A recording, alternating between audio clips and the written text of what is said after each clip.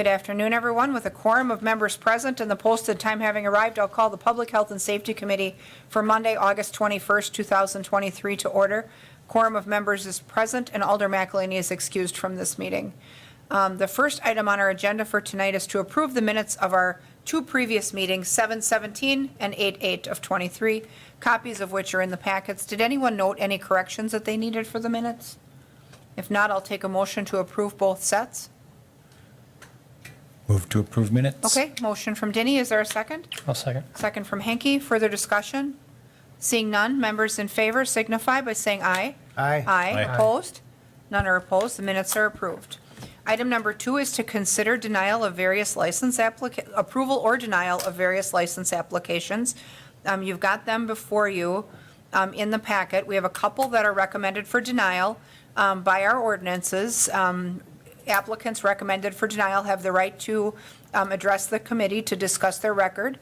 And so we do have 3 recommended for denial this evening. Do we have Donald Alstein with us this evening? Donald Alstein? How about Peter Gage? Peter Gage. I'll let the record show neither of them has attended this evening. Emmanuel Reyes. Emmanuel, come on up to the podium. And so obviously your application for public transport driver has been recommended for denial following review at the police department. Is there anything on your record that is factually inaccurate? No. Okay. And so under our ordinance, you also have the ability to submit to the clerk for review by the police department evidence of rehabilitation. Have you submitted any written evidence to the clerk? I didn't know that I had to. Okay, well, you can. You don't have to, but you certainly are welcome to if. Yes, I got some documents with me, but Okay. if that's what I got to do, then I'll do it. Okay. Well, I guess what specifically on your record, would cause you to disagree with the recommendation? It looks like on the record, there are a number of serious convictions. Yeah, I guess the reckless driving from 2006, I mean, I was 18, I was a young man. And the batteries, I mean, I'm not going to deny those either. But since then, I've grown a lot as a person. I mean, over the past probably 5 years or so, 6 years, I've been in school. I now have custody of foster children. I have taken anger management. I've completed domestic violence courses. I have completed parenting. I'm trying to move, I guess, forward, but keep getting doors slammed in my face. And I guess I'm just asking the Yeah. committee for a chance. Well, and, obviously, when we issue a license, we have to, especially in the public transport realm, hold people to a little bit higher standard because sometimes the folks that you'll be transporting, are not, may be impaired and may not be making their best judgment. So therein lies the requirement, that we provide for license applicants under review, that if you have a certain number of violations within a set time period, that recommendation is to deny. So if you have, though, written evidence of rehabilitation and treatment and things that you have completed, you would need to submit those to the clerk. She'll forward those to the police department for review. We can't normally review them on the fly this quickly in a live meeting, but we could hold action on your license until that review takes place. Okay. And Madam Chair, yes, go ahead. pardon me, but I would like to know, in the wording here I have in the packet, in addition, the applicant has habitual truancy enhancers on one or more recent convictions. And, but it does not say any recent convictions other than 2017, which is 6 years ago. So I'm baffled by that statement. Right, and that's something that we would have to either consult with the assistant city attorney on, or, they would have to take that into account in their review. I mean, if he wants to submit evidence of rehabilitation, which if he's completed the coursework that he mentioned, the certificates of completion for that would be documents that certainly could be reviewed. Chad? I'd also recommend anything that you had to fill out for becoming a foster parent, like any documentation there, I'm sure that would help too. Okay. Okay. So yeah, I mean, we could hold action on that application, let those documents come in, you would supply them to the clerk, she would get them to the police chief, he would then review those along with his previous recommendation and see if anything changes. So then and we meet the third Monday of every month, so if that happens between this meeting and the next meeting, we could consider your license at that next one, Okay. if that works. Okay. That works. All right, so, and then, that's all of the recommended denials. You've got a couple of events listed on the license, Class B things for the Monk Garden. And it looks like a couple cab driver licenses, none of those were recommended for denials, or those, the top three on the list there. So, if we hold action on Emmanuel Reyes's license, I would accept a motion to accept or deny licenses as recommended by staff with the exception of Mr. Reyes. I also make that motion. Okay, we have a motion from Larson. Is there a second? Second. Second by Denny. Further discussion? Seeing none, members in favor signify by saying aye. Aye. Opposed? None are opposed, so that motion carries, and we'll consider Mr. Reyes next month after they can review his documents. Let's see here. And that brings us to item number 3, which is consider request for waiver of Wausau Municipal Code Section 3.06.010 Sub A, payment of taxes, claims, forfeitures, judgments prior to issuance of a license due to extraordinary financial hardship. And the petitioner on that one is Adrian McMahon for a public transport driver license. His license was recommended for acceptance. However, ordinarily that license would be issued with a hold pending an outstanding debt to the city. There's a fairly substantial water bill, according to the packet that's involved here.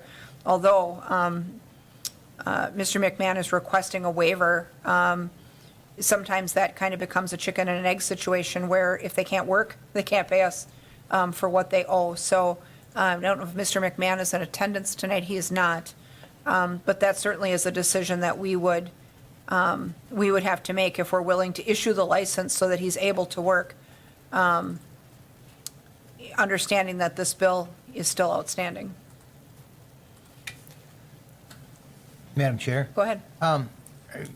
Being new to this here, should we consider a waiver on this? Is there any way that this committee can put a time frame on that? I mean, 6 months to a year to have them pay as? We have on some others. Normally, when the person attends the meeting, we ask them if they can be, wrapped up with the payments by a certain date. In the past, when the applicant applies mid-year, we've asked them if they could have it wrapped up by year end. That gives them, 4 or 5 months to get out from under. These licenses, I believe these are these a running calendar year, or do these all renew at a certain time? Would he be a year from today? I believe they all, it would be through next June, the license would be. So they're all up July 1?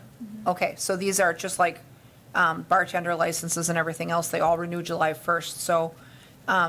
So you'd have the option to set a shorter time period, or you could set the stipulation that before you would renew this, he has to be completely cleared up by the next renewal cycle, which that gives him quite a lot of time, right? So, And in November, any unpaid water bills are transferred to the tax bill. So since he is the owner of the property, that water bill will go on the tax bill, and then will show as zero owing water until the next bill comes out.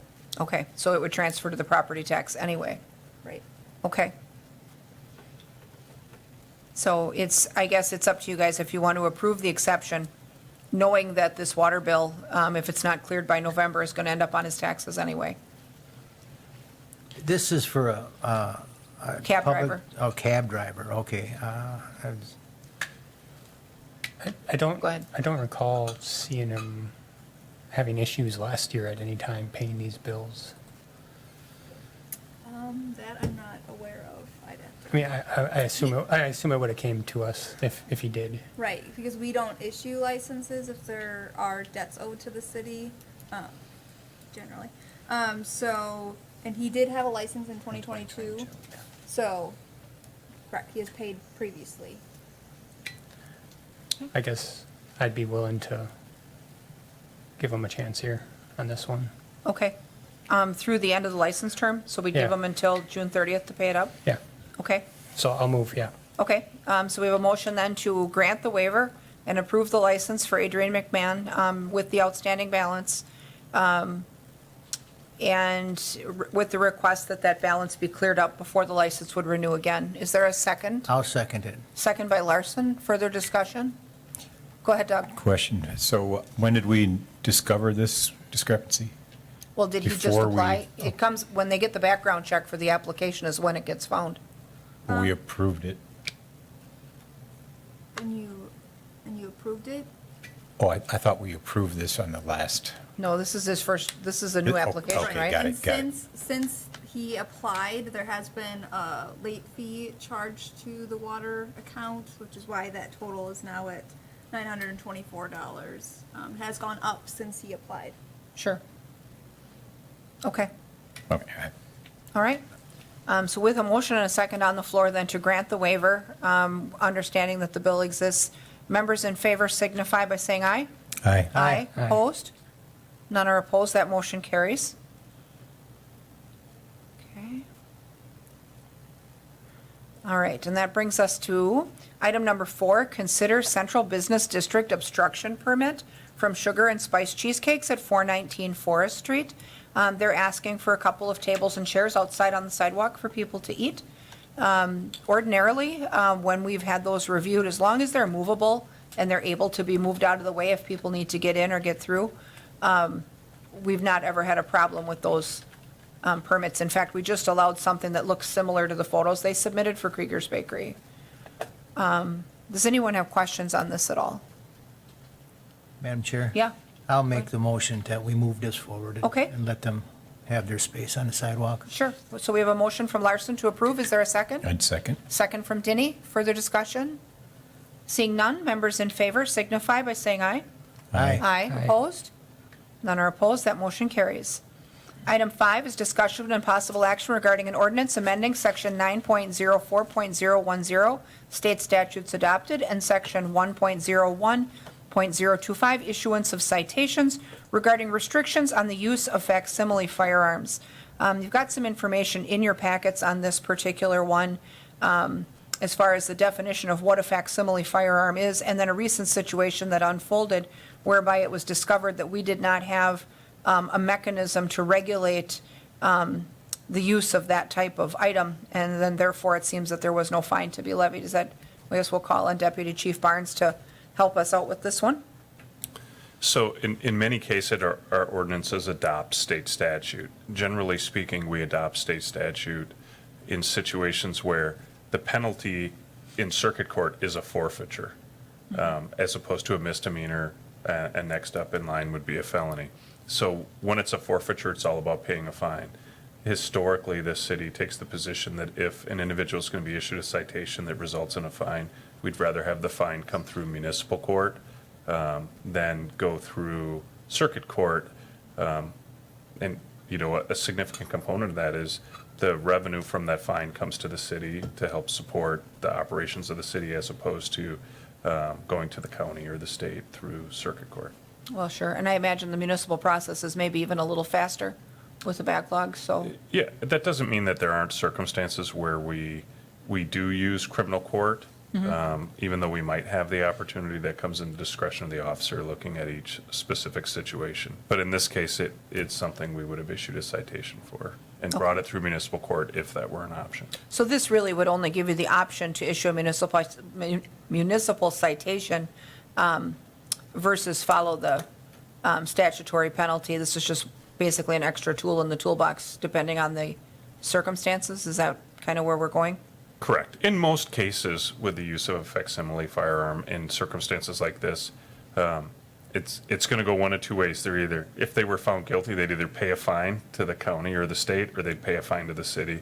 And our practice has always been, we'd rather them pay the fine to the city if they're going to pay a fine. Sure. At least this opens up more than one option. So, Correct. okay. Does anyone have questions for Deputy Chief Barnes on this item? If not, is there a motion to approve? I'll make the motion to approve this and move it forward. Okay, we have a motion from Larson. Is there a second? I'll second. Second from Hanky. Further discussion? Seeing none, members in favor signify by saying aye. Aye. Aye. Opposed? None are opposed. That item carries as well. And then that brings us to item number 6, which is the operations report from the fire department for the month of July, a copy of which is in the packets. Anything notable on the report that you would like to talk with us about, Deputy Chief Kopp? Yeah, I think for this one, it's worth bringing up a couple things in the EMS side. The Mission Lifeline Award that we were awarded once again, gold standard. Just, talks about our level of care when it comes to heart attack victims and how we're above average in the nation, and we really take it serious and do a lot of training and buy the proper equipment to be able to achieve these awards, as well as put up the numbers that we do every year compared to the national average. The second one also is the CAS accreditation. I saw it said in here that they'll be making it, they were meeting on the 25th. They're actually meeting right now, so I'm expecting that email tonight. And whatever else we get with that email, I'm not really sure how that works, but we'll be officially CAS accredited after tonight, and that's kind of exciting. That to is mention, something to so. celebrate, because it's been a lot of hard work to get there, so. Correct. Yes, so congratulations in advance on that. Thank you. Anything on the report that you guys have questions for the deputy chief on? If not, we'll place his report on file. Item number 7 is the Tavern activities report for the month of July. Like normal, there's always a few interesting things to read on there. Anything of note that you wanted to talk with us about, Deputy Chief Barnes? No, it was a pretty routine tavern report. I would just ask the members to pay attention when you start to see establishments that have numerous contacts with us in a given period of time. They don't always result in points being assessed, but it's definitely time from officers that are spent, and you can draw conclusions from that. I noticed then when I was reading that there's quite a lot from the cop shop this month. Is that something that is pretty routine there? Yeah, I would say if you look back over the last several months in tavern reports, our officers are called to that location on a very frequent basis.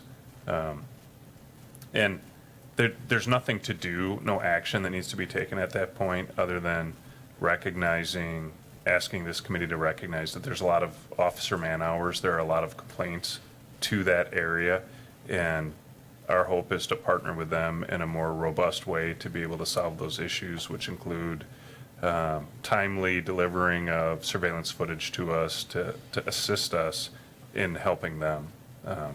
And I would say my observation is there's room for improvement in that relationship right now. Yeah, and just, and having read the list of things that have happened, ordinarily, we always tell license holders that if they're calling us for help or calling to get ahead of a situation, that certainly is something that we want to see happen, because not only does it build the relationship, but it signifies a proactive report before something else gets worse or becomes more serious. In this situation, a number of these calls were, reporting parties. There were fights, and the fight was already live or had already happened, by the time someone made that phone call. And so I would say if that relationship does not improve, there may be value in, either meeting with, within your department, maybe either meeting with or talking with the owner, license holder, and letting them know that, the committee is concerned about that pattern, and it doesn't take much to get to 100 points if an issue is serious enough. And as soon as something happens where, the fight contains weapons or there's not, reporting isn't happening, those are high points violations. And so they can get to 100 pretty quick, at which time they would find themselves in front of us And so, perhaps to stave that off, there might be some value in talking with the owner about, maybe cleaning some of this up before it gets any worse. I mean, that's I agree. something we're always concerned about. I did notice that there was a couple notable events, which we haven't seen for a while, at the Aftershock Bar on Leonard Street. That one's in my area. And so for a year or so, we had gone around and around with that establishment. We had some heightened surveillance there that had offered some mixed results, but it had been quiet for a long period of time. And so what I hear from the neighborhood down there is that things are starting to ramp up again, even though the place is keeping shorter hours.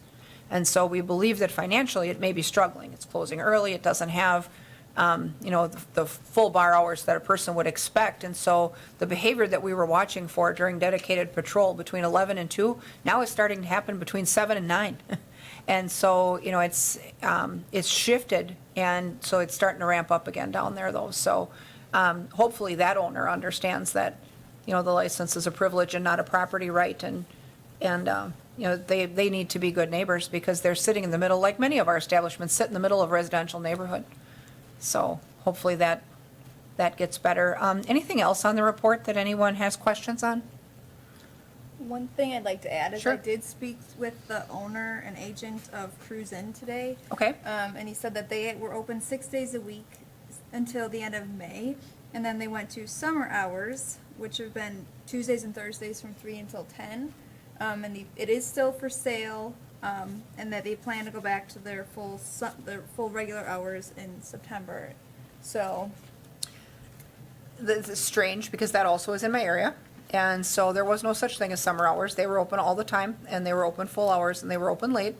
And the neighbors around them will attest that in the summer, that place was a happening area. So, this summer? last summer, any summer, other than the summer when the for sale sign went up. So, my expectation would be that may be somebody that's concerned about the idea that they would lose a license that they wish to have in place so they can sell the place. And so, I would hope that we would continue to monitor that place because, summer hours, 2 days a week doesn't constitute enough time open to, not qualify for our abandonment ordinance. So, it's, again, not a property right. If they find the right buyer and someone needs a license, they can come and apply for one, but, we don't want them sitting on one and then,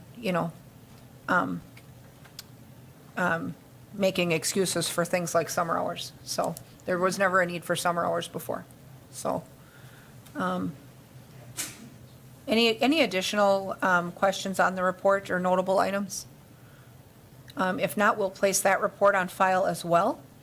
Let me switch back to the agenda here. And so that brings us to our last item, which is our community outreach update. So we'll welcome Tracy Rieger to talk to us about how things have been going this month.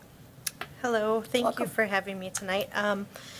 You don't see a report in your packet because I was waiting on some data that I actually got today, so I apologize for that. okay. But according to what I did receive for the month of July, there's approximately 232 unhoused individuals per all of the organizations that we get data from. 84% of those unhoused did seek shelter in the month of July, and 16% did remain outside. Something to just talk about briefly is during the month of July, we had our point-in-time count, which happens twice a year, the third Wednesday in July and the third Wednesday in January. And this July was our highest number so far. We counted 37 unhoused individuals living outside or in a place not meant for human habitation. So as opposed to last summer, that number was 31. So we did see an increase in our summer count. Okay? So let me just add to that, when the point-in-time count occurs, there are very specific criteria that allow someone to be counted and information and questions that need to be asked of them. In at least one situation that involved a half a dozen individuals, the volunteers in the point-in-time count weren't able to count them from a safety standpoint. They had to leave the area. So they weren't able to collect that data or that information, and then those individuals couldn't be counted. So I think it is fair to state that at a minimum, you can add 6 to the number that Tracy's presenting. So that really puts us like at 43 compared to 31. And, you know, from a percentage standpoint, that's a significant jump compared to 1 year ago. Sure. Thank you. Okay. So with that, I want to also indicate that as groups were out that evening, we were referring people to shelter that we did encounter. And I can tell you that neither shelter was at capacity the night of point in time count. And one person that we came in touch with actually sought shelter that night. So I just want to make that clear in this report that they were not outside due to capacity of shelter. Okay. Looking at the capacity of shelter, though, for the remainder of the month, Catholic Charities actually was at capacity a total of 17 days. That's 30 or above, for a total of 55% of their capacity in the month of July. And Salvation Army did not reach their capacity 1 day in the month of July. In terms of turnaways, Catholic Charities had 33 turnaways for the month of July, which 13% of those were turned away due to arriving after 9 o'clock at night, and the remaining 87% were turned away due to shelter capacity. In terms of the Salvation Army, 67 people were turned away, and I want to be very clear that that 67 involves not only individuals, but families. So when I count families, I'm not counting them as one, I'm counting them as what number that family is, because I think it's important to report the true number of people that are unhoused. Sure. So one parent and 5 kids would be 6 in my count. So with that in mind, less than 1% were turned away due to criminal record and safety concerns. 19% were turned away due to the coordinator's review, and 70% were turned away due to capacity. That's really all I have for the month of July in terms of numbers and data. If anyone has any questions, I'm happy to answer those now. I have a question. How ahead. is Open Door, is it back to all its full hours and such, or? I'm not able to comment on that. If anyone else on the, I have just a tiny Committee. bit of insight on that, where they had been still actively searching for an executive director. They had engaged some help in that search, and I believe they were posting that position. I don't know whether or not a viable candidate has come forward. We did talk about that a little bit in the task force this month, as far as the search being ongoing. For a while, they were trying to conduct some limited open hours during the day. They've had some mixed success with that. I think that in the coming months, if that search for a new director doesn't bear fruit, my guess is that we'll probably see a recommendation coming that we would maybe shift those day services perhaps to another provider. I think there's been some discussions, with the leadership, at Catholic Charities, and within our funding mechanism, where we're funding that with ARPA dollars. So nothing new. But, we're certainly to a point where we would love to have that reopened. And it's amazing, you can see the impact the day center had. We never had a day center. Then for a few months, we had one. And as soon as we didn't have one, we were back to, oh my gosh, we really need a day center, which now we desperately need something we never had, because we saw the value that it could provide, because it was eliminating some of the pressures that we were seeing within public facilities.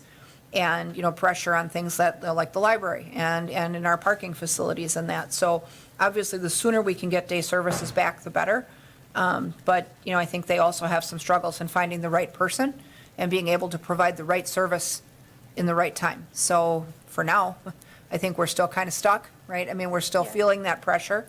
And I think that people who are using the day center, I certainly miss it, or miss that, having that somewhere to go. So we'll obviously continue to get reports on that in the task force and work that through Tracy too. So I guess if anyone else has questions about Tracy's report. If not, we'll place her report on file. Thank you so much for the work that you do. With that, that's our last agenda item. So I will take a motion to adjourn. I'm over to adjourn. Motion from Henke, is there a second? I'll second it. Second by Larson. Members in favor signify by saying aye. Aye. Aye, Aye. opposed? No one's ever opposed to leaving. So we will stand adjourned then, and see you next month. Thank you.